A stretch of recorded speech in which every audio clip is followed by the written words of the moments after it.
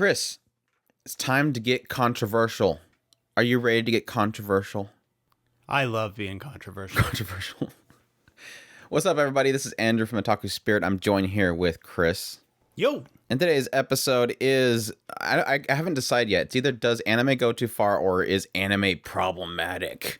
It's pretty much a subject that's kind of been on the docket for a long time. I just really wasn't sure how to really attack it. So it's one of those ones where it's like, let's just do it. Let's just talk about it and let's be casual about it and just kind of shoot the conversation back and forth, and hopefully something really cool comes out of this. But yeah, I think it kind of re-sparked in my mind here recently with a little incident that happened with Pixiv, which is a very popular anime art or manga art, just general art in Japan posting site that eventually went overseas and everything. But yeah, that whole thing happened. And again, like I said, it kind of brings up the big question mark about, you know, the artists and their intent and technically just freedom of expression itself being under attack. So, and again, that kind of transitions to anime as a medium because, yeah, a lot of artists get their starting points from things like Pixiv. It technically transitions into all forms of Japanese medium, whether it be light novel art, it can be, and writing intent as well, but manga and all that kind of stuff. And I guess additionally, visual novels and anime. So yeah, but for those who don't know, we are from otakuspirit.com. That's where you can go for all of our links. Social media links are all there, as well as ways to support us like Patreon, our tips link, and all that kind of good stuff. And it now more than ever is a good thing because typically with things like this particular episode, certain services don't like us, so they don't want to get any sort of ad revenue with something that's talking about problematic stuff, because you're not allowed to talk about problematic stuff. Censorship in other ways besides anime.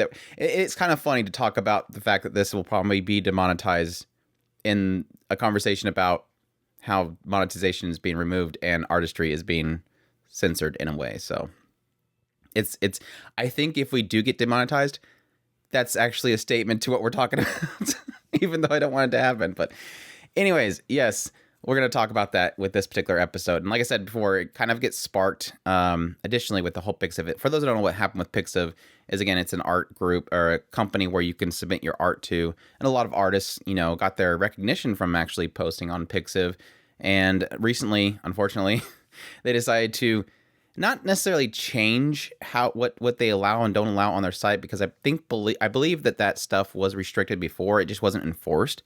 But obviously with Pixiv allowing people to monetize and get donations and stuff through their service, apparently, and this is the rumor, that the credit card companies didn't like it, and they told them to stop having people get money for inappropriate things. And this can be anything between, yes, very younger characters in compromised art, and additionally, the best way that I found to phrase it was barnyard animal interactions with people and siblings and mutilation. All that kind of stuff was pretty much restricted. So any continued use of that stuff on the site would lead you to being suspended. So, and what I kind of brought up with my video talking about that whole particular situation is that I believe that, yes, it's hard to make arguments to defend certain things. Yes, obviously some things are probably going to be more unacceptable for certain people, but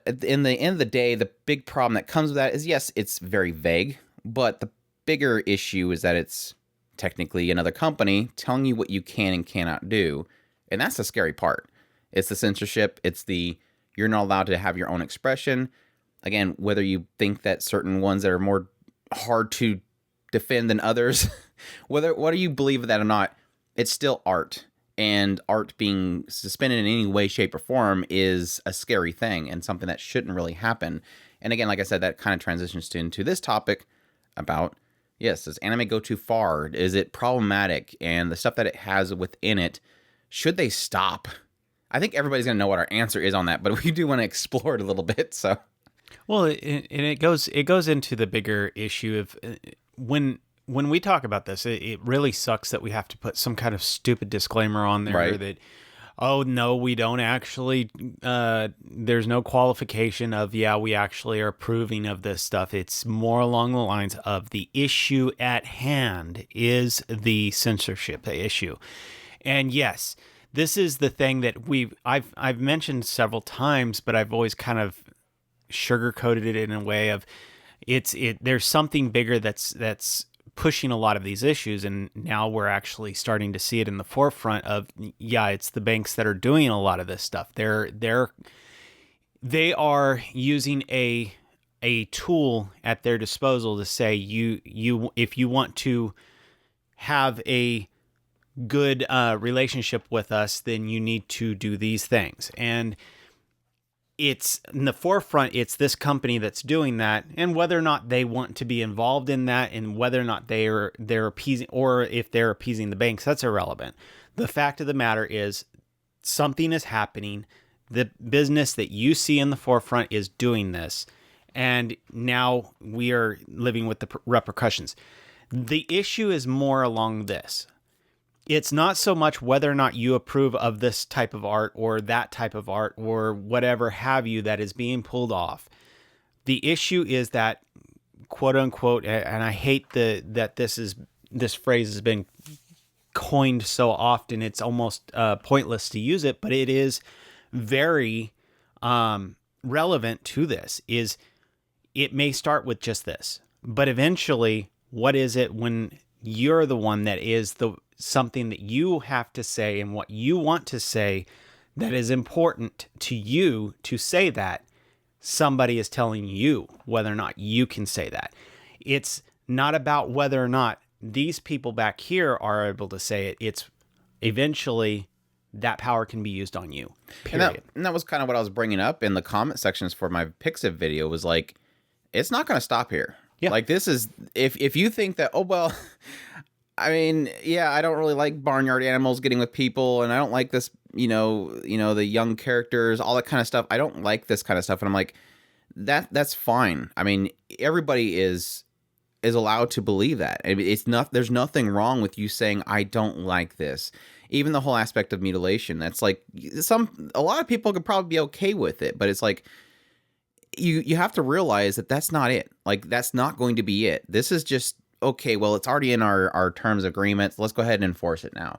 And eventually it's going to turn into, well, yeah, we've seen this in it. We don't like it. All right, time to get rid of that. Oh, crap. All right, guys, sorry, we can't have this on it either. It's not going to stop there. And like I said, the bigger issue, especially, and it's always prevalent in anime, especially in manga and light novels, is that gray area of where is the boundary? What is too young for a character? And okay, that character looks very, Uzaki-chan is a prime example, and I gave it in my video.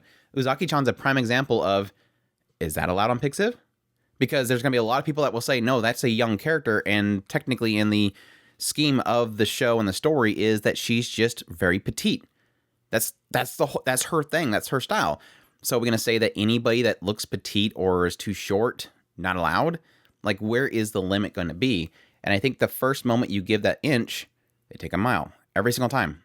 It is the moment that Pixiv gave that inch. The muscle has been flexed. Yeah. And once that muscle has been flexed, that means that they have that muscle. They can use it whenever they want. Yeah, yeah. And that's really the point there. And it's a sad thing.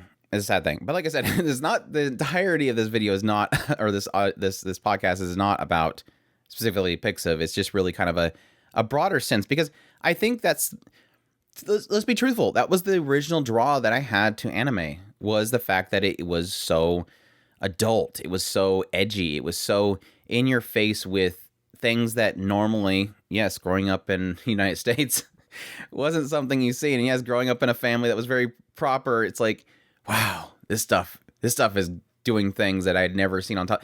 It was stuff that you've seen on things like, if you watch Terminator or something like that, you've seen the violence in high action Hollywood movies, but you never really seen it here.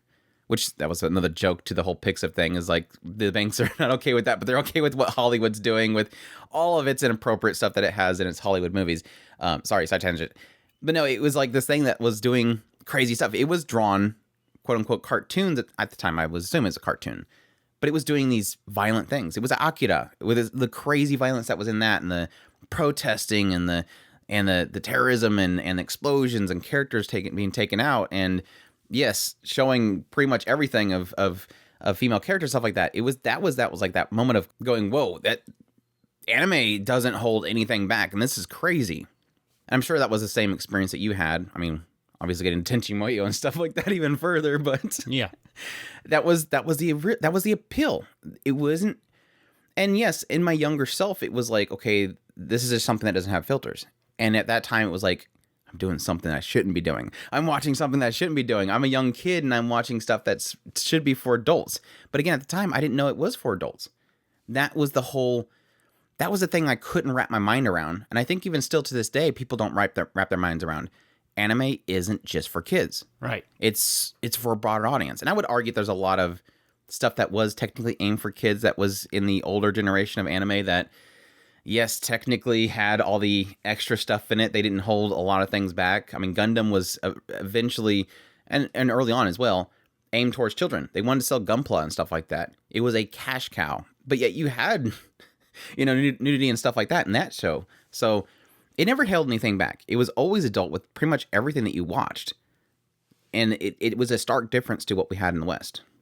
In a lot of ways, the art, and we've kind of touched on this before when we've talked about art and its original intent and stuff like that in some of our previous podcasts, which are the quote unquote controversial podcasts.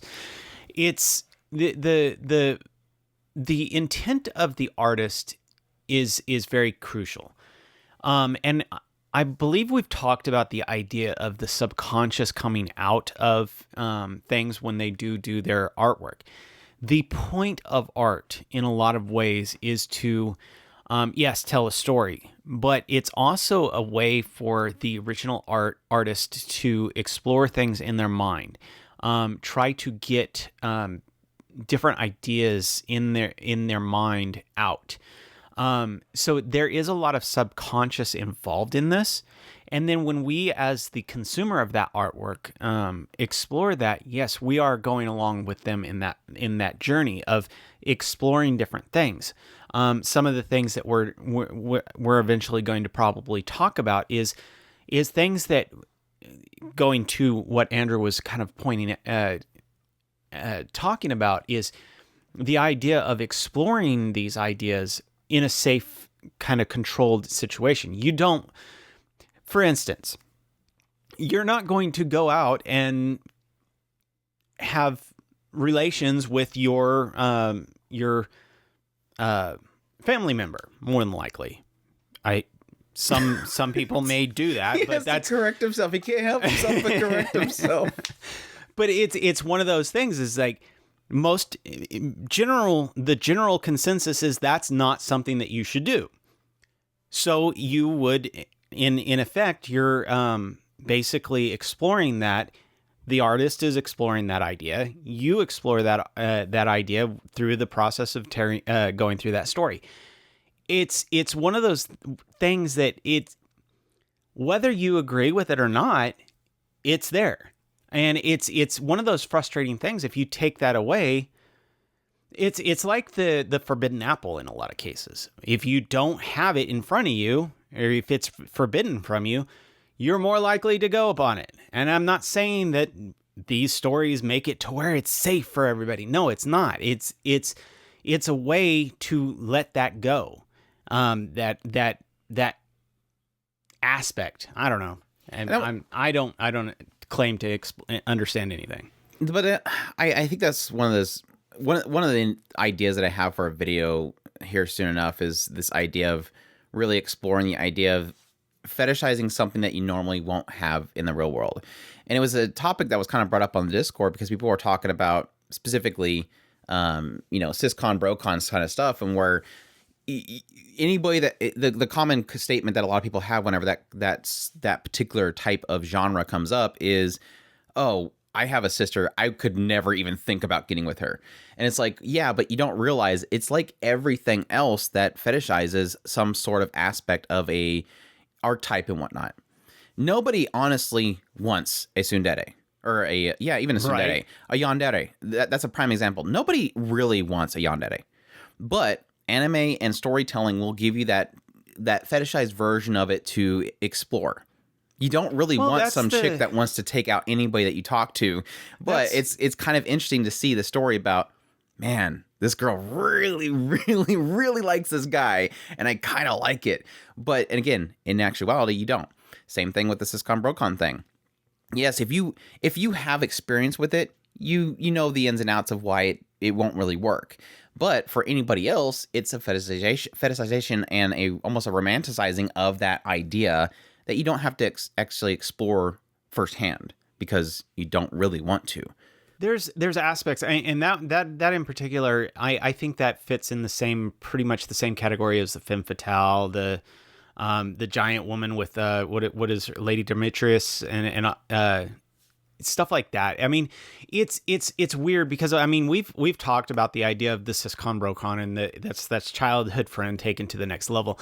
There's so many different things that these aspects that if you boil them down to these crucial aspect or these very fine details, you can see where it's that start and then it's leveled up from there.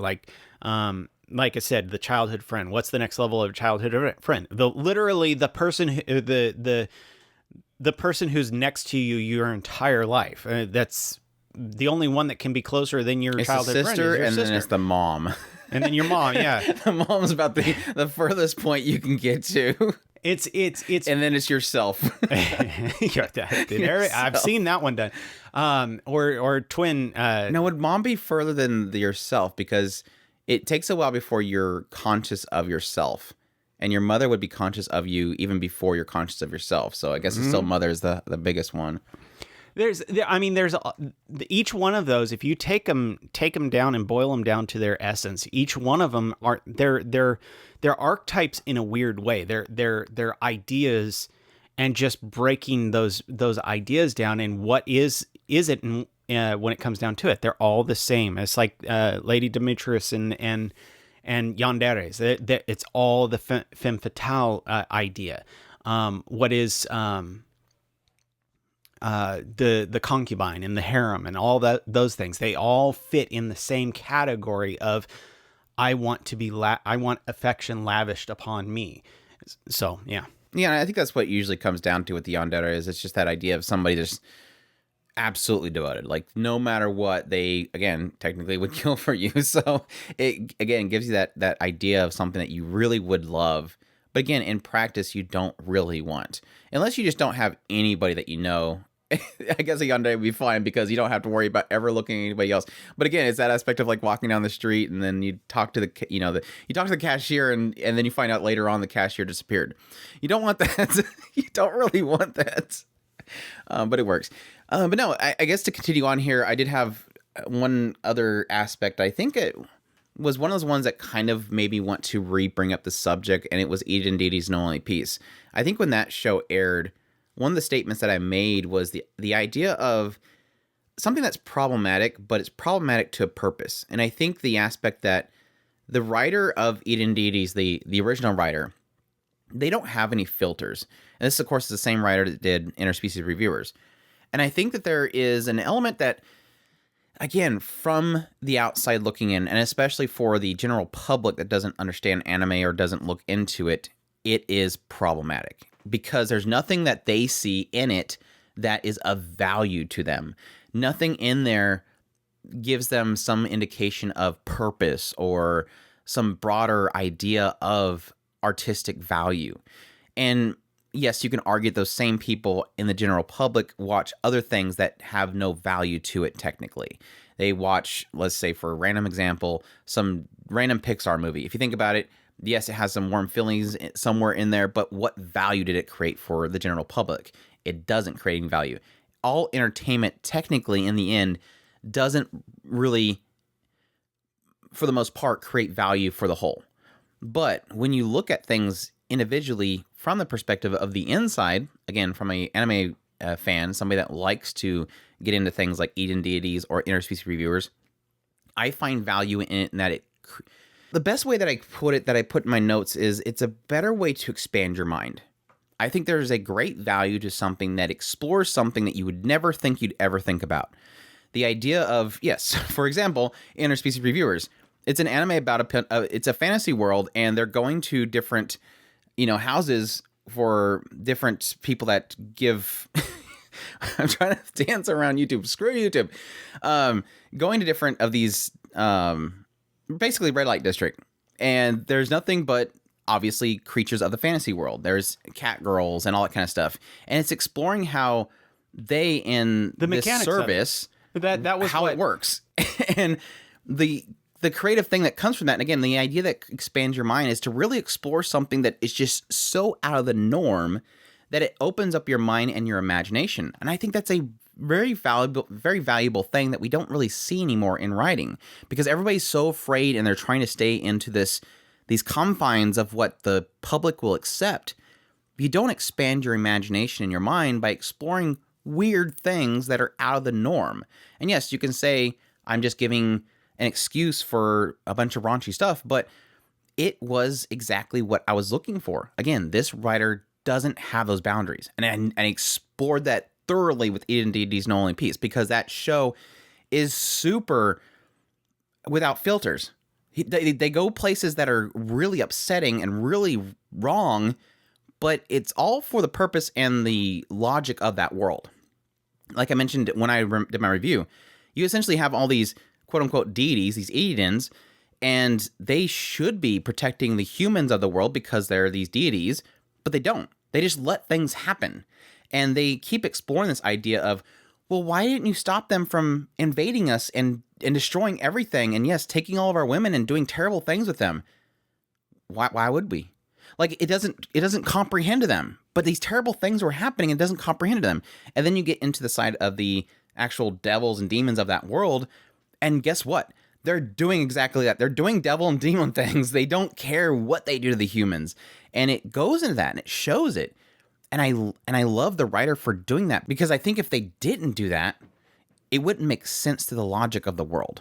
In a lot of ways, I mean, and that's the thing that I wish I could quantify better, is the idea of, because one of the first anime that we watched, and one of them, it's not the first, was Ghost in a Shell. Armitage the Third does the same thing, where it explores ideals that you don't really even consider. What would you do if cyborgs were able to reproduce? That is a very, very odd thing to even consider, because we're not even talking, we're talking about the idea of merging humans with robots in this time frame, but we're not actually there yet. And why would you not? Why wouldn't we be talking about the idea of procreation being through cyborgs? Some other shows have done that. What was the movie a while back with Millennial Man? Did the same thing, where should cyborgs receive was it Millennial Man? I don't know what you're talking about. Bicentennial Man was the one with the comedian, and he was a cyborg, and he they at towards the end of it, he was getting human rights, or rights as a being. Robin Williams. Sounds Robin right. Williams. And it's stuff like that. It's we need to explore these ideals. Yeah, it's easier to point at the ideas that you don't really like, but these ideas need to be explored, and art is the best way to explore it, because you really don't want to explore it in real life. It's stuff like that. It's hard to explain, because it sounds like we are justifying these things, but no, in actuality, we're saying that we need to explore these ideas more along the lines of what boundaries should we be placing on these things, and are the boundaries justified? We need to have those boundaries, because it helps us to. Dangerous ideas are the essence of that. It is you have to have those ideas. We have to acknowledge that those ideas are out there, and we need to know where those boundaries are and why those boundaries are in place. If we don't, murder is something that everybody not necessarily may experience, but we are all aware of the idea of one person taking the life of another person. It's an idea that we need to know where the boundaries are so that we can say, okay, I need to stop at this point. If I do not stop at this point, I lose my humanity. What is humanity? We need to explore that idea. What makes us a person? What makes us a good person? What makes us a bad person? And exploring those ideas and understanding who you are as a person is crucial.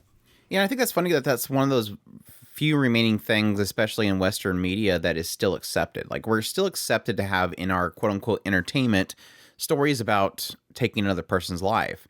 And I think that you can make an argument that the reason why we all understand why it's not good and why it's so scary is because we experience it through entertainment. Entertainment shows us that. And sadly, it's come to this point where we've chosen what is allowed to be explored and what is not allowed to be explored. And that's when we get into the weeds about, yes, it's hard to make, we're going to get into it later, more in detail later on, but getting into the aspects of where it goes too far and, again, technically fetishizes it, that's where it's harder to really justify. But again, I make an argument that exploring that is exactly what should actually happen in order to know what is right and what is wrong. And then if it makes you uncomfortable, to walk away from it. That's what we say. I mean, you can make the argument for pretty much everything here that we're going to be talking about in this entire podcast. Yes, a person forcing themselves on another person. If you're a person that has experienced that, you probably don't want to see it because it's going to probably trigger that relapse of what you went through, that traumatic experience that you went through. And that goes for everything else. Technically, yes, even taking the life of another person. Most people that experience somebody attacking somebody near them or something like that, or, unfortunately, I forbid it, they did it themselves, they don't want to watch it because then that's going to re-pull those memories back out. It's a case to make with everything. But again, it's all in what they choose to allow to explore and don't choose to allow to explore, or even allow it to happen. That's where we get into this big kind of almost crossing roads that we need to choose now whether we're going to allow them to push that stuff away, because it hasn't really fully hit anime. I can make some arguments later on that that's not the case anymore, but they've almost kind of they haven't quite gotten its tendrils into anime. But with this growing trend of overseas sales happening for distribution, and that increasing how much the anime industry itself is making, it's going to come to a point where we're going to have to actually stand up and push back against that, because it's going to start hitting anime. Yeah, I mean, we've already seen the first signs of it, and it's one of those things that it's like when we were talking about the idea of a lot of this stuff being altered back when we were first seeing the signs of it with Funimation and stuff like that, and we were like, it's not so much whether or not they're doing it back there, it's that at some point they have the power. And we were pointing at it then, and now it's here, and now we have these conglomerations coming together, and the power that they have now is monumental. And that's the sad thing, is that when it happens, there's a good chance it's not Funimation, Crunchyroll, Sony's choice. And this is something that you can probably make an argument for something like PlayStation Network, and PlayStation being coming over to the United States. It's probably more a fact that the banks themselves are probably telling them to stop. They want the money. They want to sell whatever you want to buy. They're a company. They'll sell you, pictures of, I don't know, dogs eating, carrots, as long as it sells. But if the bank says, no, don't sell pictures of dogs eating carrots, and they're like, oh, okay. Can't do that no more, people. But they're not going to say. That's the problem. Then they can't say. And that's the difficulty that you face. So I think to kind of expand on that subject about those boundaries and going over that and exploring it, I think a prime example that I've had here recently was easily Higehiro. Higehiro was that show that was creating controversy, and I'm like, I don't understand why this is creating controversy, because yes, it is exploring the idea of the age gap, basically, between two characters, but it was doing it in a very respectful way. Yes, it has the I guess the fetishizing of it in there, this idea of this girl trying to desperately get this guy to sleep with her, but at the same time he wasn't. He never crossed that line. She was in front of him bearing all, and he's going, "No, I'm not going to do that." And it delved into a subject that would not normally be covered. This idea of this girl felt like she had to give herself to everybody to pay to sleep somewhere, sleeping with her, paying with her body. And he was the first person to finally tell her, "No, you don't have to do that. I'm doing this because I don't want you out there doing that. It's exactly why you're here, is because I don't want you to do that." He wanted to protect her, and there was that age gap there. And yes, the broader picture in Japan specifically, what that was bringing up with this idea of that's illegal. Like, her being there, even if he's trying to protect her, is illegal. She cannot be in that house because he's not a relative or anything of her, guardian or anything. And he was doing something that was extremely dangerous in the laws of Japan. But all we could see over here was, this is trying to say, get with some young girl, get with a schoolgirl. This is terrible. This is problematic. And I'm like, but it's exploring the concept of something that is wrong, but it's in a gray area that's trying to tell a story that is generally somebody being a good person. Like, it's generally just a guy being a good person. Now, like with everything, bunny drop and all, if it does something worse than the light novel and the source material going forward from the anime, fine. But at its moment, and even if that, this was still exploring something that should technically be explored, to not demonize every single person that's willing to say, this girl needs help, and I can't not help her just because the laws tell me I'm going to be personally in danger. She still needs help. It's doing the good thing despite the fact that the entire society would come down upon you. It's technically something that should be explored, even if you shouldn't do it in reality. So, yeah, and that's a good thing to kind of point out, is the idea of when we discuss a lot of the boundary aspects of what is good and what is evil per se. You look at some of these things and you're like, okay, I can see there's the aspect of society and as a whole, and what is considered bad, because by all accounts that idea is to protect the child. The idea is that you don't allow a youngster with an older person. And that protects the child. But what if the child, if they're the place where they're supposed to be safe is not safe? You can't just let them be out on their own, where they're, like Andrew was saying, everywhere else that they've gone is not protecting her. And so this one person who society would look at and without any questions would just come right on down on him. And that's something that needs to be explored. Those are the ideas that we need to explore, those ideas of, and the Andrew keeps bringing up the fetishization thing, and why? Well, no, I think just like that how you is corrected that. It sounded like you're on. He keeps doing it. Well, I wasn't pronouncing it properly, and I was trying to fix it. Federization. The fetterization. Fetishization. That's our new YouTube safe word, is fetishization or fetterization. Like the barn animals. That is an aspect of, or code geasing a table. Sorry. I don't know what is a solution to that. I really don't. Because in a lot of ways, they use that both as an aspect to kind of tantalize the viewer, and at the same time, it's a tool that is there for the sell. I get that. Does it make it right? I don't know that it does. But at the same time, I understand why it's there. That's the difficulty that we faced in our entire discussion about the artist's intent, is this idea of, do you know if he's intended this for a good reason or not?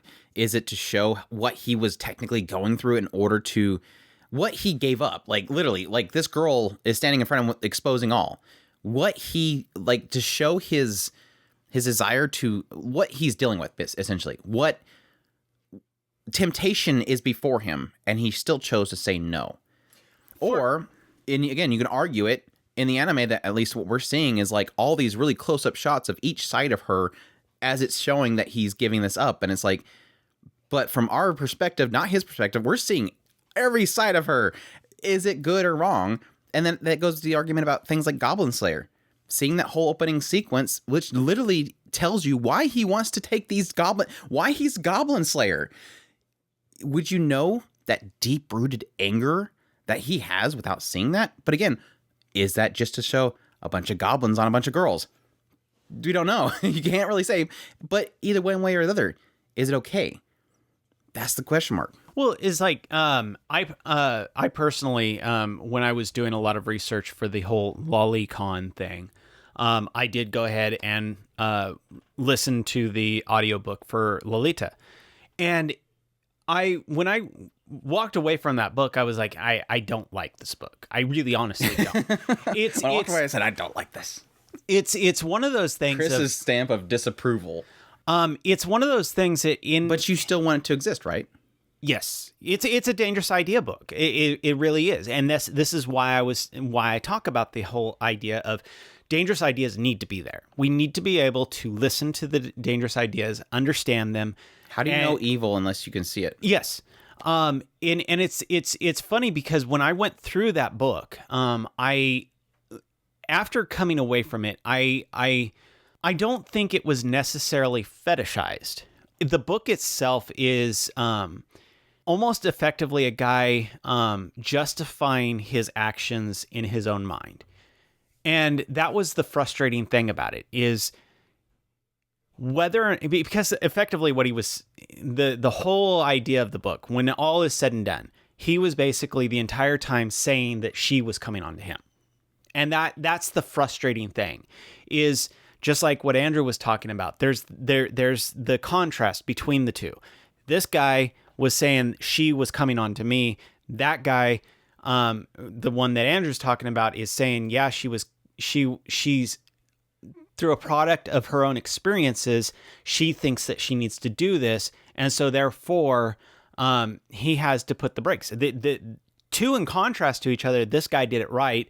The guy in the Lolita book was obviously giving into it and pretending like that was justified because she did it, taking all of the burden of the what's the term, the burden of the responsibility, taking that responsibility off of him as the older adult that should be doing something about that situation, and saying, oh well, I can't do anything, woe is me, I have no willpower of my own. And that's the thing, that yes, that's a dangerous idea book, but you need to understand there is a responsibility factor involved in this. And Higehiro, obviously, he did the right thing in saying, look, you don't have to do this. This is a sanctuary for you. This is a place where you're safe. And Lolita, obviously, he took full advantage of it. So take it for what it is.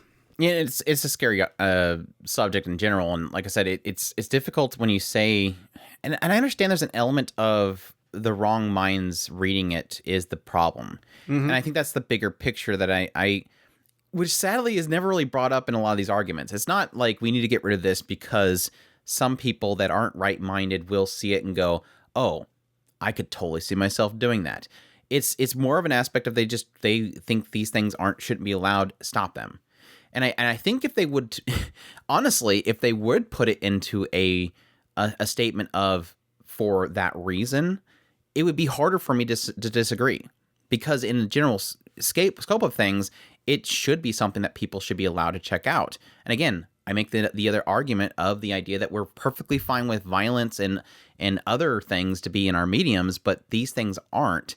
That's where it gets really difficult. And yes, you can make the argument that it's, the violence versus, our most sacred and must be protected the most. That's the stark difference there. But we're even involving this violence and stuff, including these same exact area of age group and whatnot. So it's a difficult subject in overall, and like we've said at the very beginning, it's something that's hard to really even talk about, because you're saying essentially, because some people will see that you're saying that you want that. It's more of it should exist, and it is and it's the best form for it to exist into, because this is art and it isn't real. It's not real. These aren't real characters. That was the whole point I was making about the whole Pixiv thing. It's like, these technically don't exist. They're talking about, aspect of art, again, stills depicting, forcing one person upon another, or forcing harm upon another person, or again, ciscon brocon stuff. And it's like, but one, how do you get consent? Are you getting consent forms for each one of these characters that are involved in the art? Or the other one is, are you getting blood tests for all the characters depicted in the art itself?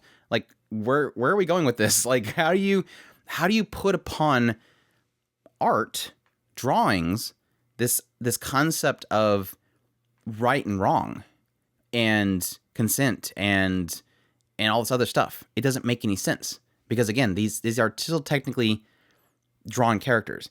And yes, I do believe that when it does go into the art form of storytelling, or goes into the realm of animation with voicing and stuff like that, it makes it more a depiction of something that exists, because you're supposed to get lost in your stories. You're supposed to have some semblance that you believe what is happening is happening. Otherwise, you don't get the impact of what's happening. Again, with Higehiro, him turning her down and saying, I just want you to have a place where you're safe. You get the heartwarming feeling. You get that sense of, this guy is doing something right. You wouldn't normally get that if you're saying, oh, it's just two drawn characters changing frames, and that character changing frames pushed away this other caricature that's drawn frames, and her frames changed to where she's going back a little bit. It is technically going for a story and a reality, but again, putting those boundaries is where I guess we just don't agree. For some people, just don't agree. And it was so great that Higehiro, when it aired, I believe the same season, they had Koikimo. And Koikimo was the opposite.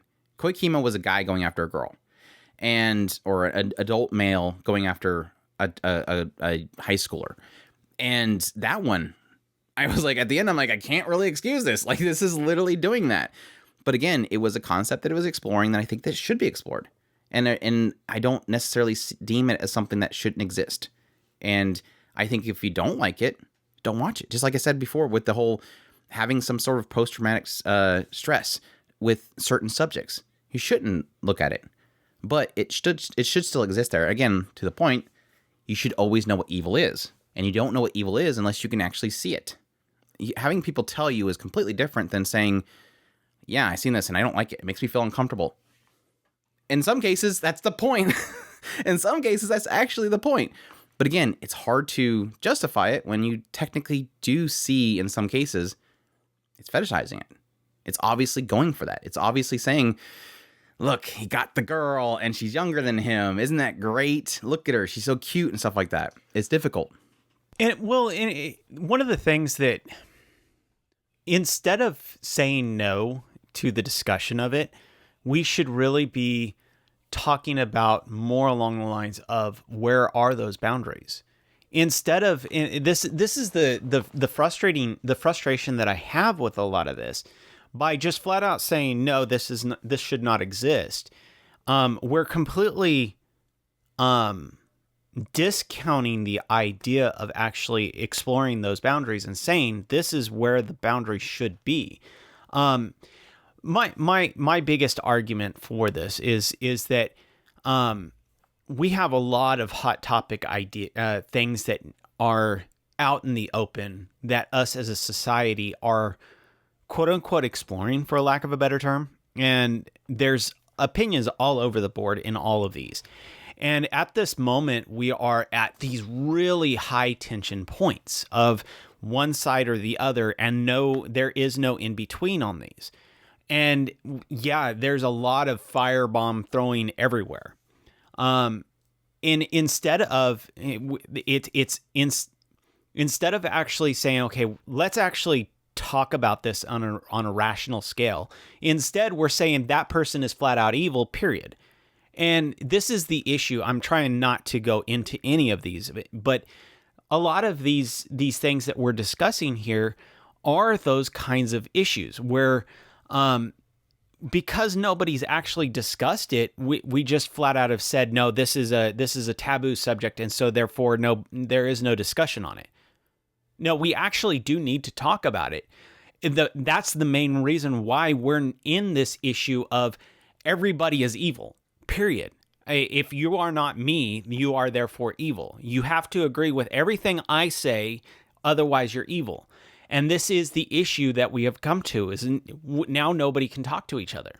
Yeah, that's really, in general, most of the stuff that you really face. And it is one of the aspects of, like, there was a time where people would constantly pop up and say, I think that you and Chris should disagree more, or you should get in more debates about things. Because we typically, whenever we get to a point where I think we know when the other one's like, yeah, I don't agree with that, and we usually kind of shut down pretty quickly. It's because I think we're so inundated in the public sphere of these pointless arguments going back and forth on social media and stuff like that. It's kind of it makes you not want to get in those topics. You don't want to get in debate because it just feels like I see it everywhere, and I just want to go, okay, yeah, sure. Like you just kind of shut down very quickly because it's exhausting to see it left and right, and that's obviously why a lot of the cases, if there's any sort of political talk whatsoever on our Discord, it's like, please don't. Like, just don't. Just don't, because I don't want it even here, because people just they are not rational when it comes to things like that. And it's a sad thing, because yes, we'd love to talk about that stuff, but people don't stay rational about that things. And I do agree that it kind of shuts down the topics that we're technically talking about here. This idea that you can't, it's either yes or no. And without being in that gray area of the discussion, you don't really dig into things into further details and see that there is, sad to say, benefits. There's benefits to thing. And I hate that I say sad to say, because that's what I have to do. Well, like I mentioned earlier, everything can be boiled down to certain aspects. These greater arguments can be had, but the issue is that we have these arbitrary lines, and those arbitrary lines, there's a boiled down essence that we need to actually discuss. But unfortunately, because we get it up at this upper level argument of that is period. Well, no, there's more to it than just that is period.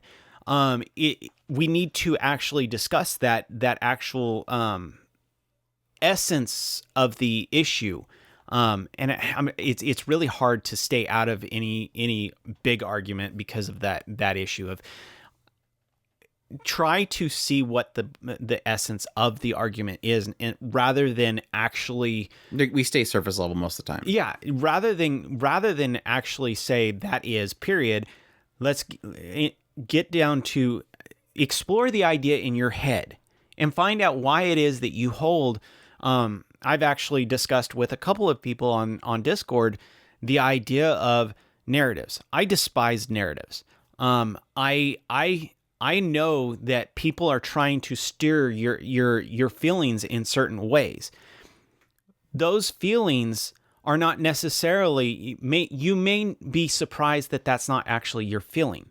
Find out what it is down deep, the essence of what it is that bothers you. Explore that idea yourself.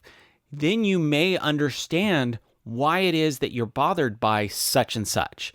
Then you'll have more strength in your arguments if you understand why you came to the conclusion that you did. Yeah, Chris should watch more violent shows because he needs to explore the concept of cute girls dying more. He's like, okay. No, I've already experienced enough. I've experienced plenty. So this whole discussion went a lot more serious and direct than I thought it would. I had like all these extra sections to get into in regards to, is anime problematic? So I guess we could try to get some. Again, we've technically hit most of these, but I did kind of break it down into, I guess, different different areas of anime that I think most people see as quote unquote problematic. And let's get the first one out of the way, because we got to get it out of the way, is ecchi.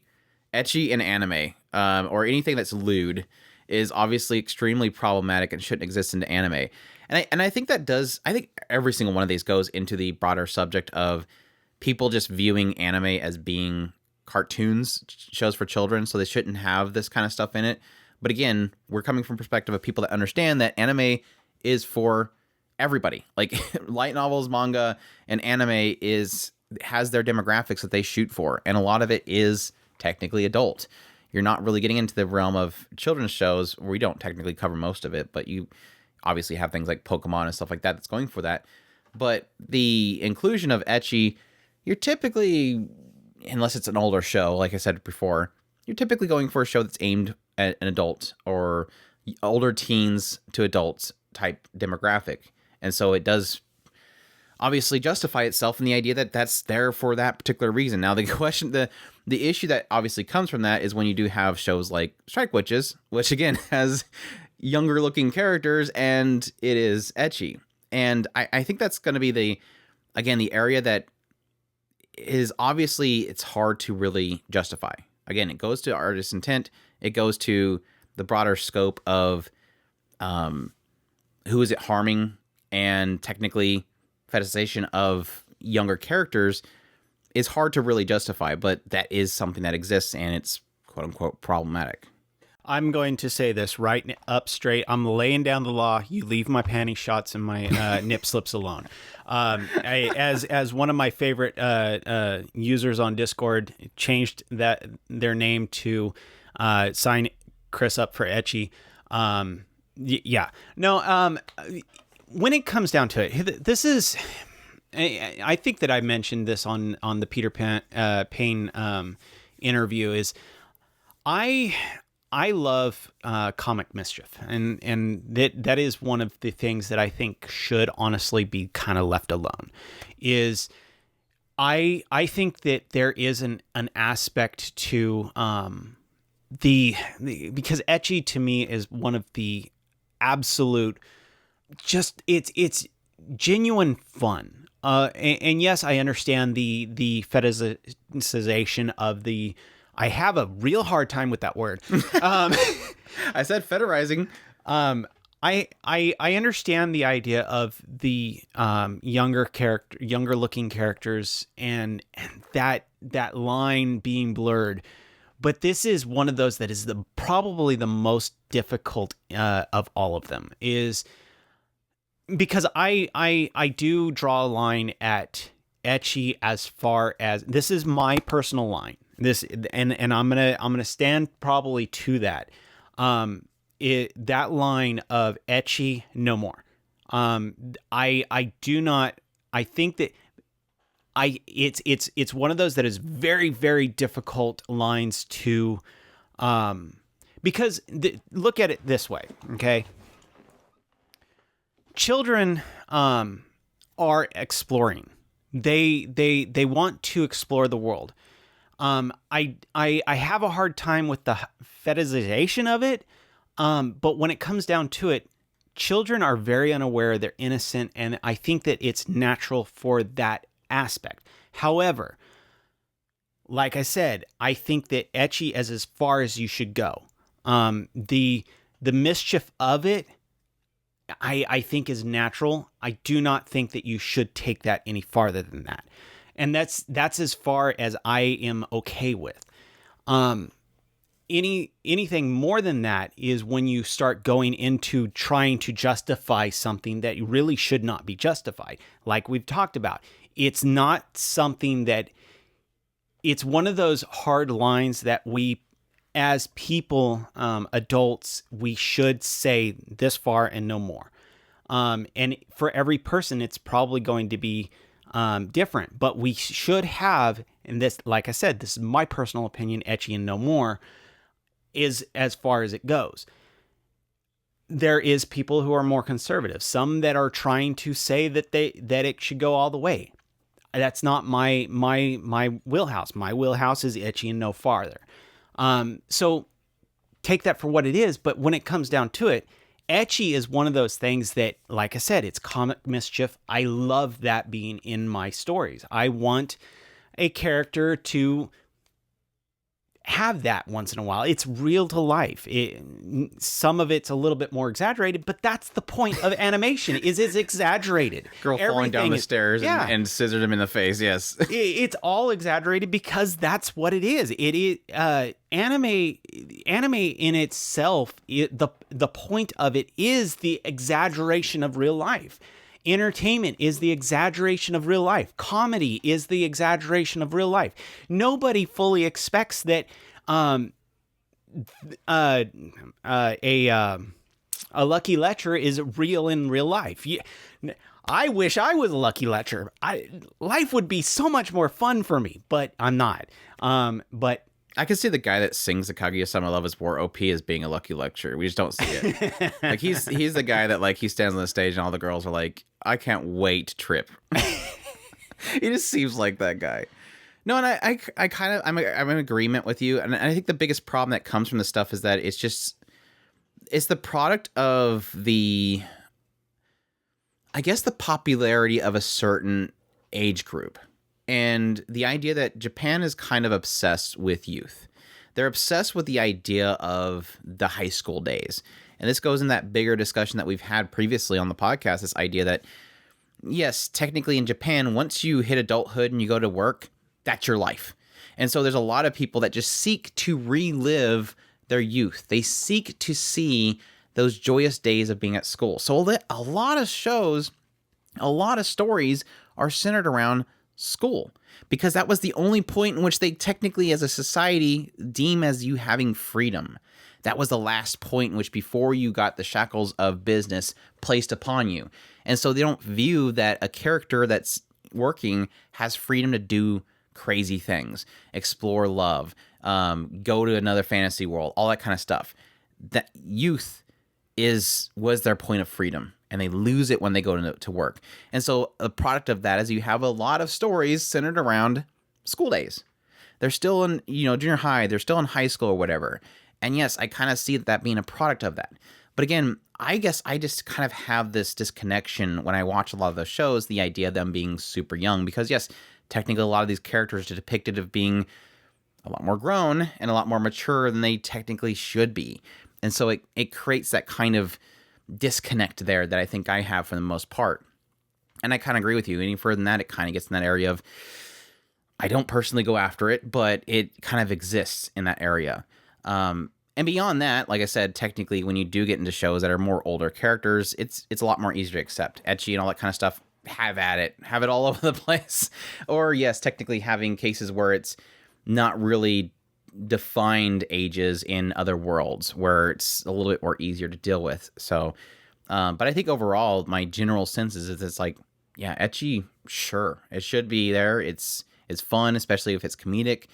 Immoral Guild's a prime example. I'm just having a huge heyday, enjoying and laughing at the absurdity of the ecchi that's in that show. You can make an argument for things like Renai flops and stuff like that for the most part. It's good humor, fun. And again, in the response to an earlier discussion, it's not necessarily harming anything by it existing. It's just there. Watch it or don't watch it. That's what we typically say whenever we do our reviews and stuff. It's like, it's got this, there's plenty of this. Don't like it, don't watch it. If you like it, sure. It's there if you want it or not kind of thing. And that's kind of where I fall with that whole thing. And yeah, I still agree with things like Strike Witches, where it's just kind of depicting of being much more younger. It does get in that area of difficulty. And I think this kind of ports right into the next topic, which is the focus on youth, which I've technically already just kind of divulged all my thoughts process on that with the whole aspect of the age group and Japan and their look at youth all the time. It kind of transitioned to things that are, there is a point where I have had times where I'm like, I wish this wasn't here. And Tenchi 3P is a prime example. Angel 3P was a show where I'm like, it's got kind of a cute, heartwarming subject in here. It's this idea of a bunch of orphan girls that are trying to draw attention to their orphanage, the church, and they feel if they can bring people in, they can give funding to the church and it'll stay open. This is a place that they adore. This is a place that this is their home.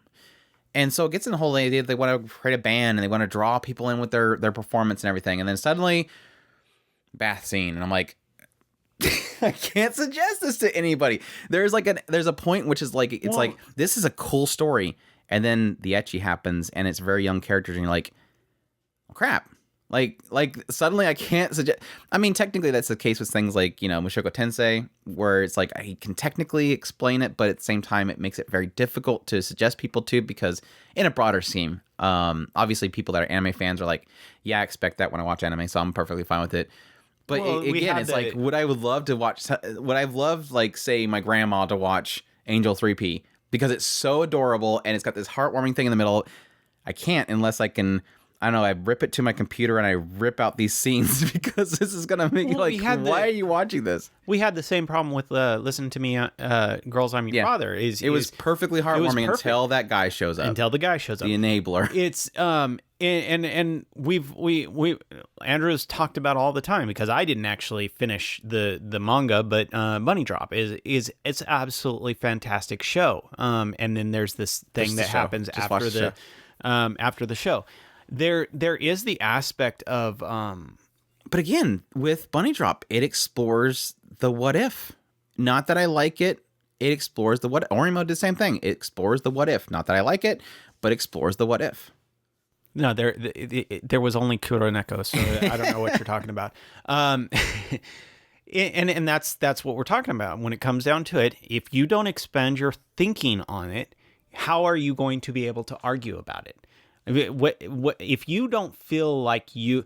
I've made the argument several times. Understand your opponent's argument, whether you agree with their ideas or not. Do you understand what their problem is? Do you understand why they have a problem with ecchi? I have very clear idea of why they don't like ecchi. I have a very clear idea of the people who are arguing for younger characters. I understand why they want that. Whether or not I agree with it is irrelevant. I have my line, and I understand why I believe I have my line. And it's as simple as that. I do not agree with what happened at the end of Bunny Drop.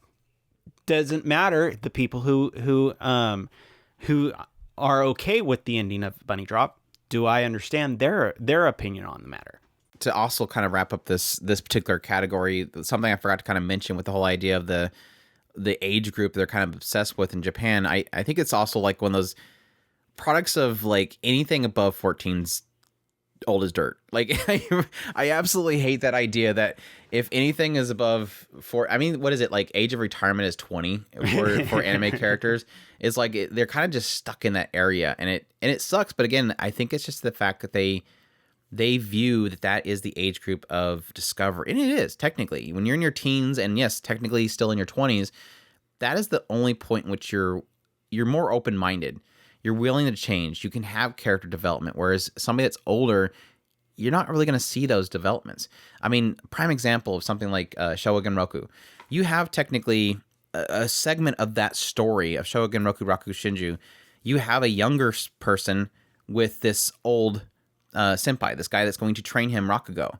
And this younger guy wants him to pass down his knowledge in Rakugo. So you have the guy that literally is young enough that he can change. And then you have the guy that's literally so stuck in his ways. That's the whole point of the story, is that dude is stuck in his ways. And he will be stuck in that way all the way to the end of the story before it finally gets pounded into his head. That's the point. There, you can change. There, you're kind of stuck in your way. You figured things out, kind of thing. An older person has things figured out. And you can say that's an aspect of being wise. They've figured it out, or they've already explored a lot of those ideas. And yes, you can say that in a lot of cases, the younger one can teach them something new, teach an old dog new tricks. But in most cases, seeing significant changes in an older character doesn't make any sense if you think about it. So it makes sense to why, again, a lot of stories are kind of more younger characters. Which, yes, and whenever I do have a story where it's like college year characters and stuff, it's like, yay, finally, like Uzaki-chan's, like, yay, golden time. Oh my gosh, we're actually getting adult characters. I argue I want more. I want more characters that are in the older stages. But again, I think it's just because they're trying to lock in that younger demographic and bridge the areas of demographics that they're going to shoot for that area in age. So yeah, again, that I guess I have more of a disconnect than most people do. Move on to a subject that Chris does want to get removed. Like Chris, if anything in this list, Chris is like, yeah, that's one, the anime's gone too far. Let's get rid of it. Mm-hmm. It's psychological horror. And technically I have in here as well the idea of like forced relationships, which you know what I'm talking about. Forced encounters for the censorship groups there. But yeah, I think this is one that's most people are okay with, but I do believe there is quite a bit of people that if it goes too far, it gets to the point where you're like, why does this exist? I mean, you can make an argument with something like Higurashi when they cry. I mean, if you show most people that scene where Rika, was it Rika? I think her name's Rika. She takes the knife and plants it on the wall and starts to shove her head into it. It gets in that realm of like, this has gone too far. Why does this exist? But again, technically to the nature of the story itself, it makes sense. But I will say that obviously anime more than anything, yes, you can probably get a lot of, B-movie films out there. I mean, the Saw series, I think there's plenty in the West that does equally horrific stuff. But I do believe, obviously, the more unique aspect of anime is that it often includes younger characters. Again, going back to the previous topic. And I think that's where it kind of makes it more unsettling. Like when you see some dumb idiot in the Saw film and he does something stupid and ends up dead, you're like, yeah, that guy was an idiot. I wouldn't have done that. Whereas like, again, watching Higurashi, you're like, oh, this girl's so cute. What is she doing? Don't do that. Don't do that. Why are you doing that? It makes it so much different when you see these cute characters having fun with their little club activities after school, and then suddenly they're just massacring each other. It makes it a little more difficult to watch, which again, Chris does not like. It's not that I don't like it. It's that I've gotten to the point where I'm not exploring that side of myself anymore. I'm not exploring that anymore. I've explored it enough. It is one of those things that I actually really, I'm going to surprise everybody. I love that these exist.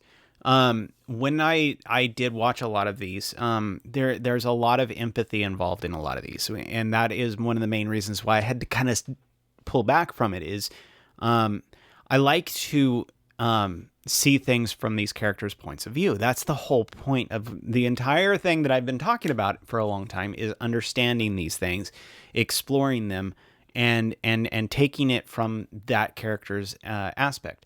And these were things that I did that a lot with. I love the idea of exploring how would I feel if I was in this situation. What would I do in this situation? And then the downside is that what Andrew was mentioning is the idea of a character going so insane that they put a knife on the wall and proceed to place their head in the wall as well. Clean their ears out.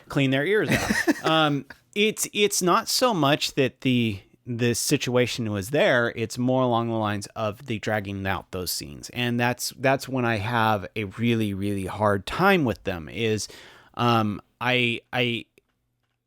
to me, in a lot of cases, I'm empathizing with the character, and I want this situation to be over, and it's just continuing and continuing and continuing. And that's the issue. I want it to be over, and they want to drag it out for the titillization or whatever it is that they want to do in that situation to make it more extreme. That's why I barely was able to get through a lot of ReZero. Is a lot of those situations were a little bit too extreme for me. And that's the thing is what it does is it helps you to explore your own boundaries. What would I do in this situation? Where is the line that it is too far? Most of these situations, none of them are good, but it is somebody exploring that part of themselves. And so therefore you're going along in that story.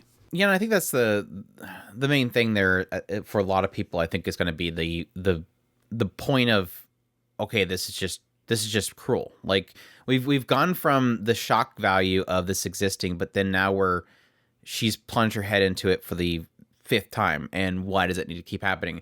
Whereas yes, most mediums it would be like, okay, something's gonna happen, it gets pretty close, especially for a younger character, he doesn't even get close enough, and then suddenly cut scene, and there's a a body bag there, and a bunch of police officers wondering what the hell happened. It doesn't get to the point where you're gonna explore the entirety of the details and watch as the bad guy is cackling and going, "This is crazy! I can't believe this is happening." That's the cruelty point that I think a lot of people have issue with, and that kind of goes into the other subject that's technically in this same segment, is the forced encounters between two characters. When a male character is forcing themselves on a female character, something like that, that's where you get the other. And I think for the most part, unless yes, you technically get into the other realm of anime, for the most part, I think they get close, and they don't typically go overboard with most anime. It gets to that point where the like Skeleton from Night from Another World, we technically had like 3 scenes in that one of guys forcing themselves on women, and it usually doesn't get too far into the process before suddenly they're upside down and looking at their lower torso. They're split in half by the Skeleton Knight. It always gets to that point where you know exactly what's going to go down. Like if he didn't show up, you know exactly what was going to go down. And then you have other cases where I think more publicized was easily the case with Sword Art Online with the Alicization arc. Was like everybody was in uproar about this one scene where this one of the knight captain guys, whatever, was forcing himself upon these 2 girls, and it became a huge subject for a lot of people. And it's like, but if it didn't show that he was doing that, how would you know that that's what he would want to do? Like, it gets in that really bothersome territory of like, but this exists in the world. And again, know you're evil. If you didn't have stories that presented this evil bad guy doing this thing, you would never know that he does this thing unless you just had like whispers about it, and then suddenly Kito shows up and cuts him in half. Like, how are you gonna portray that is a thing in this world, that it exists in this world? And I think that was the topic that we always bring up whenever we talk about a lot of these shows. It was the case with Skeleton Knight and Other Worlds. Like, it exists here. The idea of forced servitude, it exists in this world. Why can't you not have that be a thing? Yes, technically the character, Isekai Harem, Ancient Magus Bride, Parallel World Pharmacy. There was another show here recently, Isekai show, that did the same thing. It was like this, they buy this character and everybody's up in arms. Chill Hero. But it exists in the world. Like, it's not as if the character is going to make it not exist in the world. That's a more difficult thing they can probably get into with the story eventually, but for the here and now, what do you expect them to do? And to not include it in that world is saying, oh, well, this is a world that's free of this. There's killings happening and everything, but as long as we don't have this, and it's like, but this does exist in this world. Why would you hide that from the storytelling? If the storyteller says, I want this to exist in this world, not because I'm okay with it, but because the hero will help them, why not? Why not explore that? And to say, because, again, our own history, and technically still in the now, it still exists, because that's something that we don't like, we don't want it to be included in stories, it's bizarre. Because, again, how would you ever know what it is without seeing it? Why not explore it so that kids and adults can read it and go, I don't like this. Okay, the hero's helping him out. Good. I like that. I really would like him to get rid of this. Okay, cool. He took out a big O ring of it. Cool. I like that because I don't like that. You obviously don't like it. Why not have the hero destroy it? Just like everything else the hero destroys. Yeah, it's one of those things of just because it's in the story doesn't justify it. And I've never for Isekai Harem. No, just kidding. It is one of those things that I wish I want it more along the lines of it's in a safe place. It's not out here in the real world happening. Well, there is, that's another discussion all on its own, but per se in the open real world, never mind. You're all over the place with that one. It does still exist in the world. It still exists in the world. Unfortunately, very much so, unfortunately. but technically this is in a confined place that we can explore it and understand it and what it is about it that we need to understand. And this is the frustrating thing, is that I wish people would give a lot more leeway to the story that the artist wants to tell. Just because they want to tell a story that just so happens to have the thing that bothers you does not necessarily mean that they are justifying it. That's just like speaking of Sword Art Online. There's a couple of scenes in there that I was like, I very much was very repulsed by. But exactly. Is there? I like this character, and I'm seeing this character that I very much love going through a situation. I wanted to rip the freaking telephone, or the telephone screen. My rotary phone. I was gonna rip my rotary phone up. I wanted to destroy my television screen because I didn't like that scene. I was gonna disconnect my dial-up. I was gonna destroy my dial-up. And that's the point, is you're supposed to get that anxiousness. You're supposed to get that protectiveness in there to want to do something about that situation. If you didn't, and if you were getting excited, then we have something else that we need to discuss. Sit down. Let's have a talk. Let's have a talk. We gotta talk. It's one of those things that I don't know, because I do understand the idea, because I have explored a lot of these things. I do understand the aspect of a lot of that other stuff that is involved in that. I don't necessarily agree with it, but I have at least taken the time to understand it. And I do understand that there is some people that do get excitement from that. But it doesn't mean, if you are doing it as a consenting adult and you understand what it is that you're doing and you understand safe words and all that crap, so be it. But I personally don't want to. That's where I draw my line. This is the place that I say no farther. Understand that about yourself. Understand what it is that you need to understand about these things, because you're getting into some really dark stuff at that point. And I think that's a good thing to bring up, is I really don't like the argument that because this is unsettling and that some people find enjoyment out of it, that it shouldn't exist. Because let's be perfectly honest, there are people that get excited over women that are completely covered up. There are people that get excited about really like to your toes skirts. There's people that get excited over women wearing pants. There's going to be somebody that gets some sort of excitement out of something. It's what we call fetishes. And to not want things to exist because some people will fetorize it. That's a really terrible road to go down to, because then again, you're going to have to get rid of everything. Because somebody is going... That's just like the whole idea of removing something because it offends you. It's like you're going to have to remove everything because everything in some way for somebody offends them. And if we want to go down that road, let's start getting the bonfires going, because we're going to have to pile up a lot of stuff. Make sure to get a big area for it too. My personal thing is I don't understand Goro and Vor. I really don't understand them. That in no way, shape, or form... I understand that in any way, shape, or form. But it's apparently a thing. That if that doesn't tell you how far some of these people go, I don't know what will. But there is the aspect of loving life, and maybe that kind of flips it on its head. I don't know. Maybe you go so far you become backwards. I don't know. But yeah, it's got to be Australia. It's Australian, because they're upside down.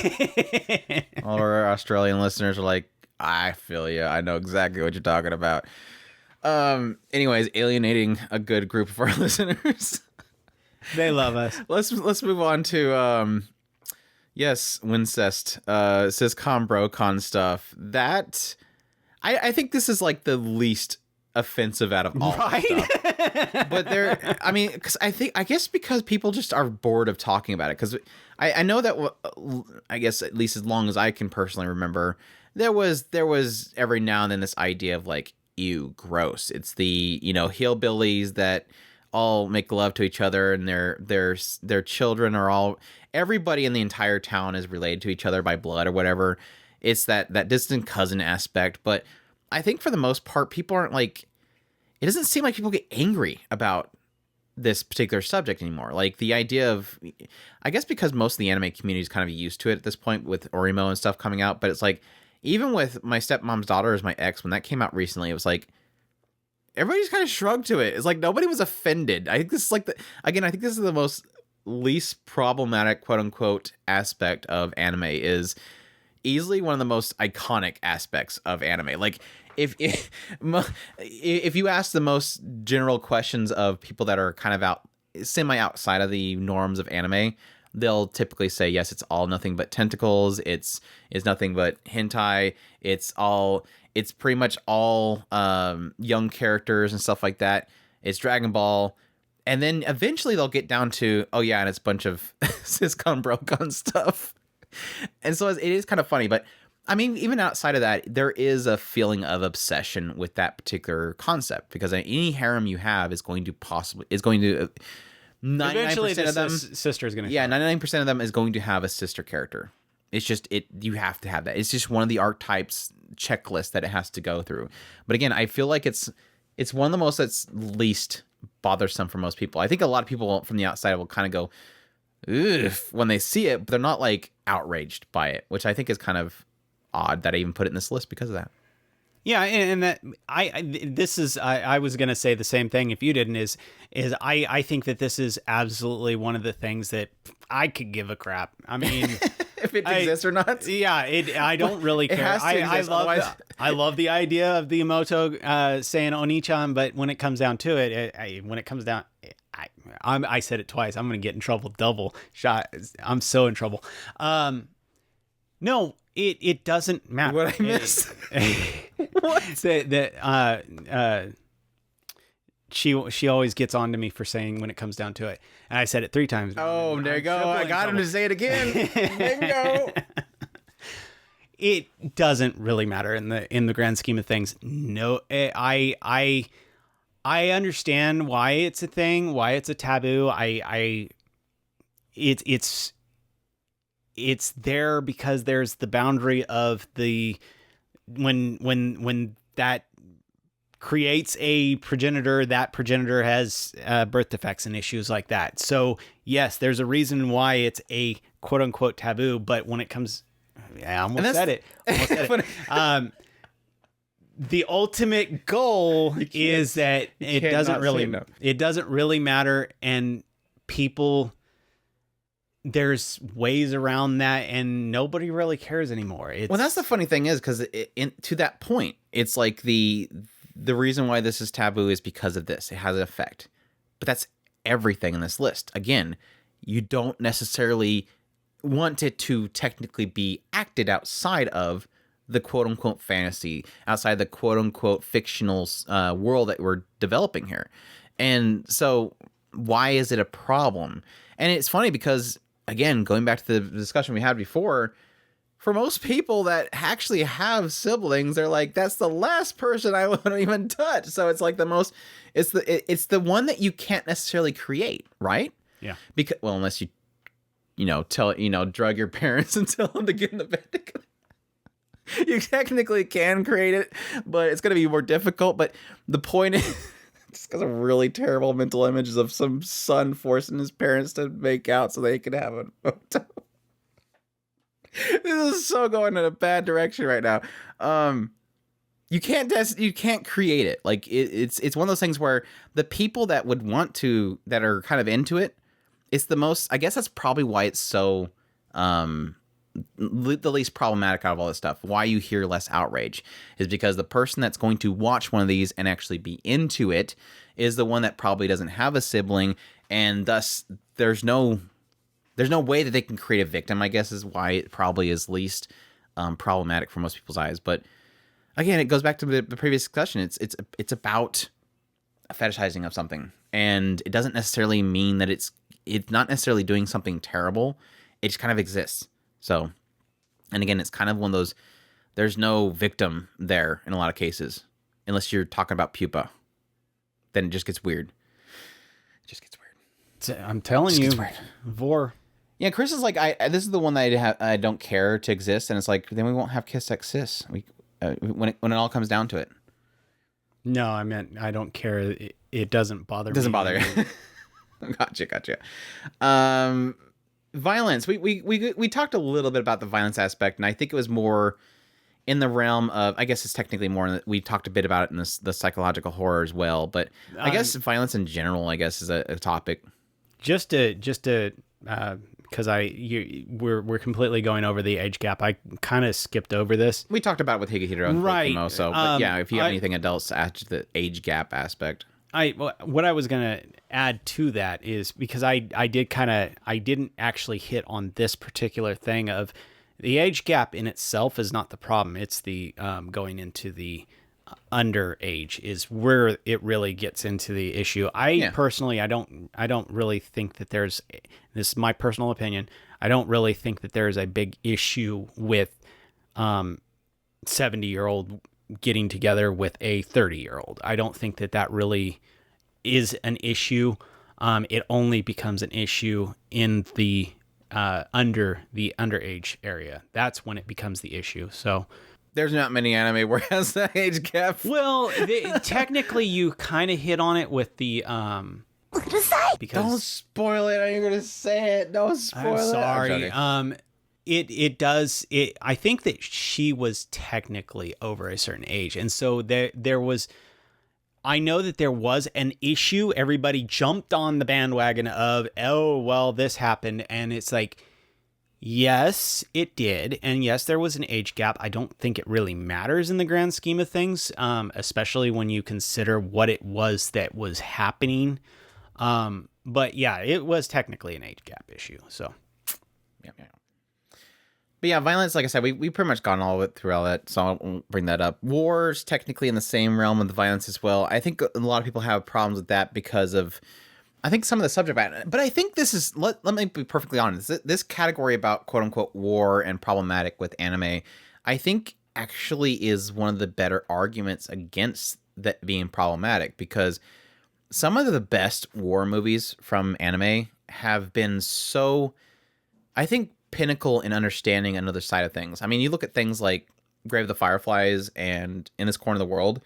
Those are two films that, honestly, for me personally, watching them, it gave me I've watched documentaries about the impacts of the war, World War II in Japan and stuff like that. But I think, like, for like a first-person perspective storytelling of an anime or film or whatever, it did so much to kind of show me the casualties, the sidelines, the people that weren't technically involved with it, that were on the sidelines, that didn't even know what was really happening.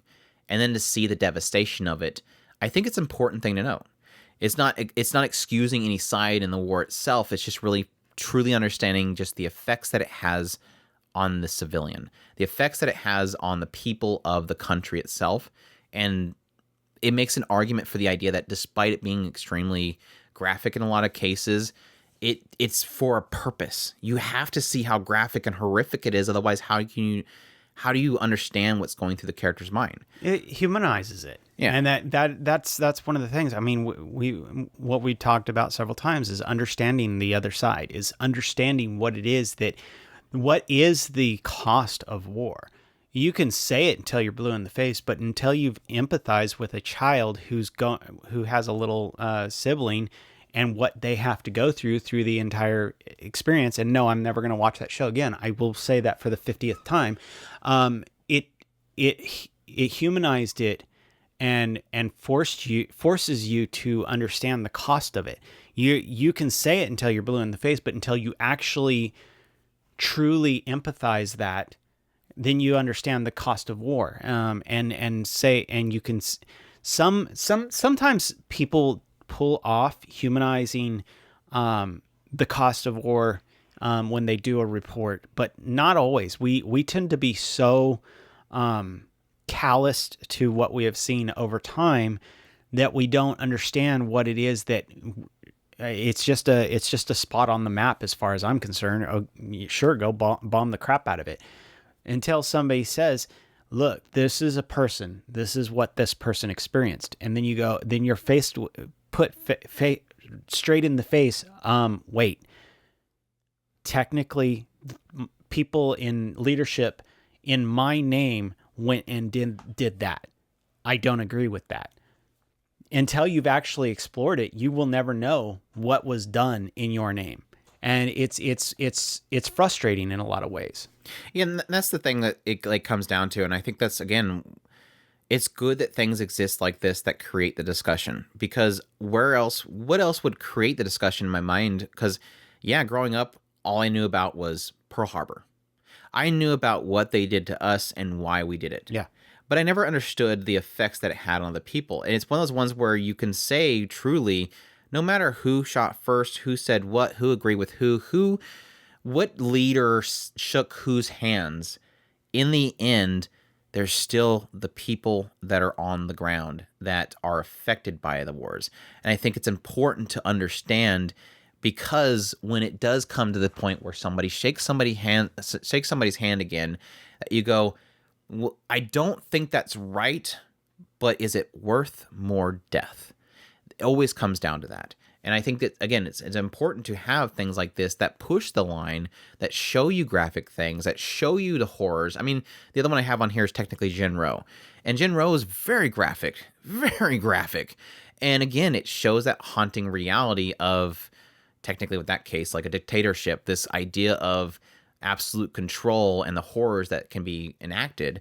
It's important to see those things. It's important to see those horrors, that it really solidifies to you, this is reality. This is real. And it hurts to see it. So, yeah.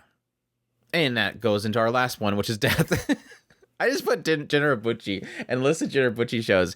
But I think, again, that goes back to Grave of the Fireflies and In This Corner of the World and Jinro and everything else that kind of depicts death. And again, it goes back to the initial discussion that we had of this idea of, this is adult. This is for adults. This is storytelling that's not necessarily for children. And thus, it can deal with these more impactful points. And yes, there's a lot of shows where a character dies and you're like, eh. That's why we give so much emphasis on Jinrobuchi, is because typically when Jinrobuchi has death, it has purpose, it has meaning, and he doesn't just throw deaths. He throws deaths around all the time, but he always has a point to them. When they happen, you're like, wow, we're doing this. It's not typically, that character died, who cares, shrug. And I think that's, again, goes to the previous point about war and the idea of exploring the concept of loss. If you have a death and it's purposeful and you can have that feeling of loss, it can explore concepts that a lot of people personally are dealing with, they struggle with. I mean, that's just I would put in there as well this idea of disability and losing somebody, being disconnected with somebody. It all kind of goes in the same route of experiencing loss, experiencing that disconnect between characters. And that can even get into a broader discussion of mental illness and depression, all that other kind of stuff, as well as being these heavier subjects that are honestly serious subjects. Death, disability, losing somebody, mental disorders and stuff like that all kind of fall in that same realm of something that, yes, from an outsider's perspective, probably don't even know that a lot of anime really hits on. And I think, yes, you can make the argument that anime and most mediums in Japan don't necessarily treat mental disorders and stuff properly. But every now and then when you find one, especially depression, which they get into a lot, is a really heavy subject that for some people, seeing it experienced in an artistic form is very impactful. Again, going back to March Comes Like a Lion, seeing that element of depression and isolation depicted in an artistic way, it can be extremely soothing for a lot of people. Technically with Bocchi the Rock, if you're an introvert and you're experiencing that, watching her struggle so badly with this and it seems like she's never going to get over it, is that therapeutic in some way for a lot of people. Now, I can say that a lot of these things, these particular topics, these more heavier, serious topics, for the most part, it's going to hit different from everybody. And I think that's one thing that I kind of address whenever I speak to people about certain shows, is that idea of it's going to hit different for some people. Seeing a character dealing with depression, it might be a bad thing for somebody experiencing depression to watch, because it might be too heavy, too quick, and they'll sympathize and connect with the character too much, and it might throw them down further. And we've discussed that idea before, is the idea of the everyman aspect. And I'm not saying that everyman or the everyman character is what you need. It's there is characters that you can't empathize as much with, and that goes into the everyman aspect of the more and more you connect with a character, the more and more you understand, you empathize, the more and more that character is written as you. No, you're not going to have everything, otherwise you would be that character. That's the point, is you're going to see to a certain extent yourself in these characters. And the more you see in these characters, the more that they come out of their quote unquote depression. And the more and more you can see the light at the end of your own tunnel. And that's the point, is the artist is exploring a certain aspect. If you are empathize with that character, then you are technically exploring that issue as well with that character. There is several shows that are held up in high regard because of the fact that they hit certain aspects perfectly. Not all shows are going to hit it perfectly, but the ones that do are the diamonds in the rough. That's why people love those particular shows, and the ones that you hold the most closest to your heart as something that is a special aspect. I say all the time that Grave of Fireflies is one of my favorite stories. And I make the joke about how I will never watch it again. But when it comes down to it, I empathized with that story. And when I empathized through that story, there was some aspects that hit really hard. In particular, my little brothers. I seen a story there of a big brother taking care of their little brother or little sibling. And during that story of protection and all that stuff in a war situation. And it hit really hard. It hit me so hard. And that is one of those things that if you can empathize and that story is told to a certain extent, you should be able to see a different side of yourself. And that is that aspect of incorporating those learned experience, whether you don't necessarily have to have that learned experience. Does that make sense? I'm completely lost. Yeah, I typically say that I connect extremely, or at least see myself in the story of Hanasaki Roha, despite the fact that I'm not a cute anime girl. Yeah, right. And I don't hang out with cute anime girls. But I do connect on what she's kind of going through, so. And I think that makes it all that much better. But yeah, that's all I got. I even have like a list of shows, but we pretty much hit them all. So we get down to our last problematic show, and that is Gyo. Gyo should not exist. Running sharks that kick down doors should not exist. Shunk. But again, Gyo is like a perfect way for me to wrap this up, because I think Gyo encompasses the idea of absurdity. Violent. It does everything it shouldn't do. And guess what? It's so interesting because of that. Because like I've said at the very beginning, the one main core thing that I think makes me most want to say that all this stuff should exist. It should exist. And if it's too problematic, stay away from it. And I think for a lot of people, if you don't give it an audience, it will go away. It is that idea that this all exists because it all, one, like we said before, is hitting on this idea of know your enemy, know evil. But the bigger, broader sense is a lot of the stuff when it's exploring and it doesn't have any sort of restrictions. That's the main thing. Without restrictions, people explore so many crazy things. And as you explore it with them and see this crazy imagination they have, it expands your imagination.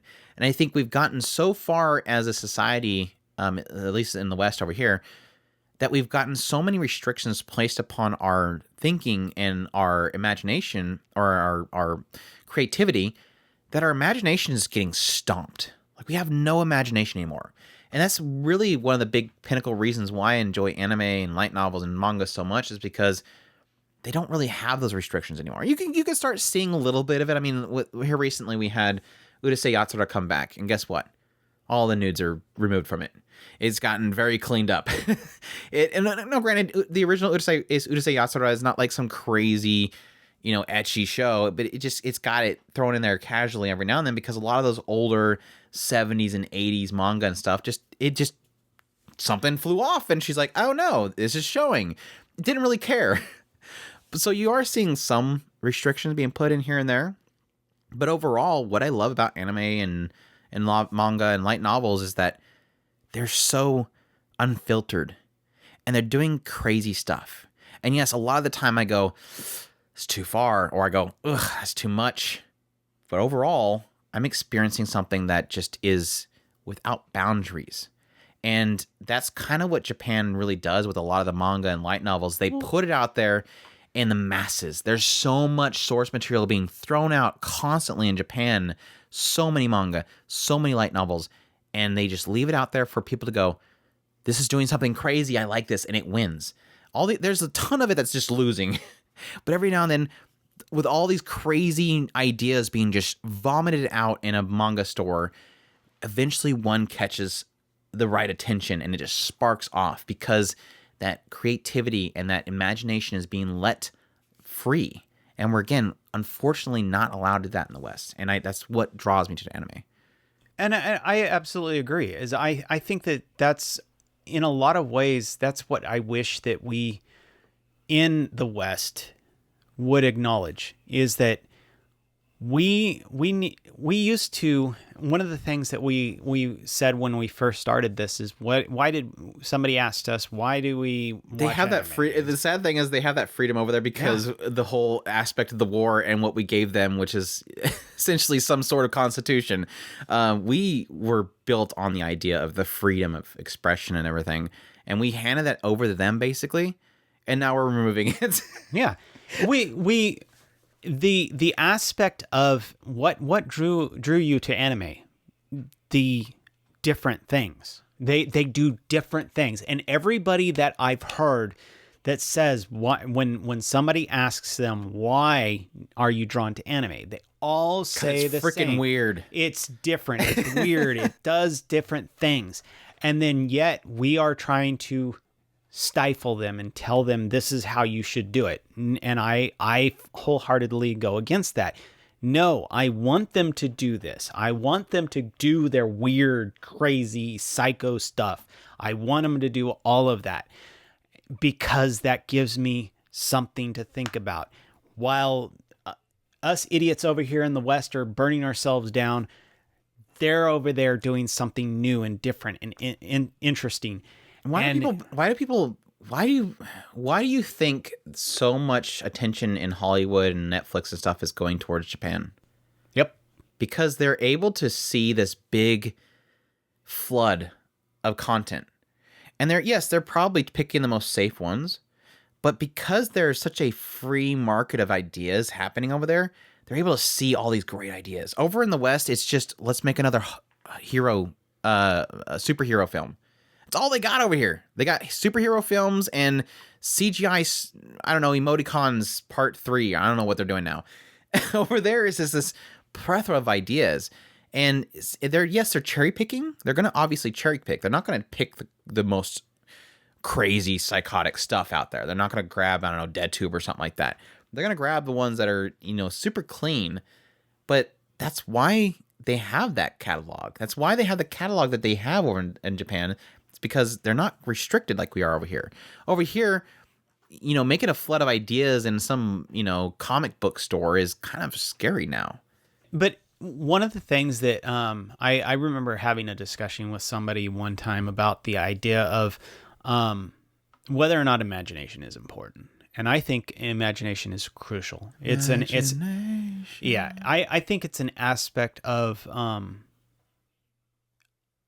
creativity. We become more creative beings the more imagination that we have. The more that you can see something new in your head that is not necessarily something that is tangible and physical and you can reach out and touch it. But it's something in your head. It's an idea that you have that you can create something. If you're not exploring ideas, you will never have that aspect of the creativity. You have to be able to see it in your head and be able to touch it and know that it exists. You just have to create it and put it into a physical form. So I have always argued, because the discussion in particular that brought up the imagination thing was involving Harry Potter, and whether or not that was a story that should exist. And I wholeheartedly believe it should, and because it's an imagination. It's something there that whether or not it is real is irrelevant. It explores your imagination. It makes you want to decide what is really possible in your imagination. If it's not possible in reality, make it happen. Find out what it is that needs to happen to make this really cool idea happen. But yeah, that's pretty much where I stand. Is I absolutely love exploring ideas and thoughts and concepts, and anime gives me that ability of exploring those ideas. And I love creativity and imagination and exploring ideas. Golden Boy taught us the most important lesson. Study, if you study enough, study. you can ride a bike on a power line. Yes. That's problematic too. That should not exist. Otherwise, people are going to start jumping on it. He has to chase the girl on the motorcycle. We can't have that exist, because otherwise people will think they can ride bikes on motorcycle. Power line. Shoot, rev it up. Anyways, there you go. Hope you guys enjoyed this discussion about, is anime problematic? Does it go too far? Maybe I just put a comma in there and do both of them in the same title. As always, love to hear from you guys. Let us know in the comments for our, I guess we'll have a YouTube video version unless it gets striked or something. Let us know in the comments what you think about this topic. And additionally, go to our Discord. We have it at otakusphere.com. We have a Discord link there where you can go and meet a bunch of great people. Currently still doing our best of 2022 anime picks. I think we're moving on to OPs and EDs here soon. But and then we'll do fall later on, because obviously fall is still happening. We don't do voting for fall super early like some people do. But additionally, we definitely appreciate everybody that supports us through Patreon, our support links, and everything that's on social otakusphere.com. Definitely love people sharing us out, letting people know about us. The word of mouth is greatly appreciated. We love your guys' feedback, and we love your guys' support. And with that said, y'all take care. Os.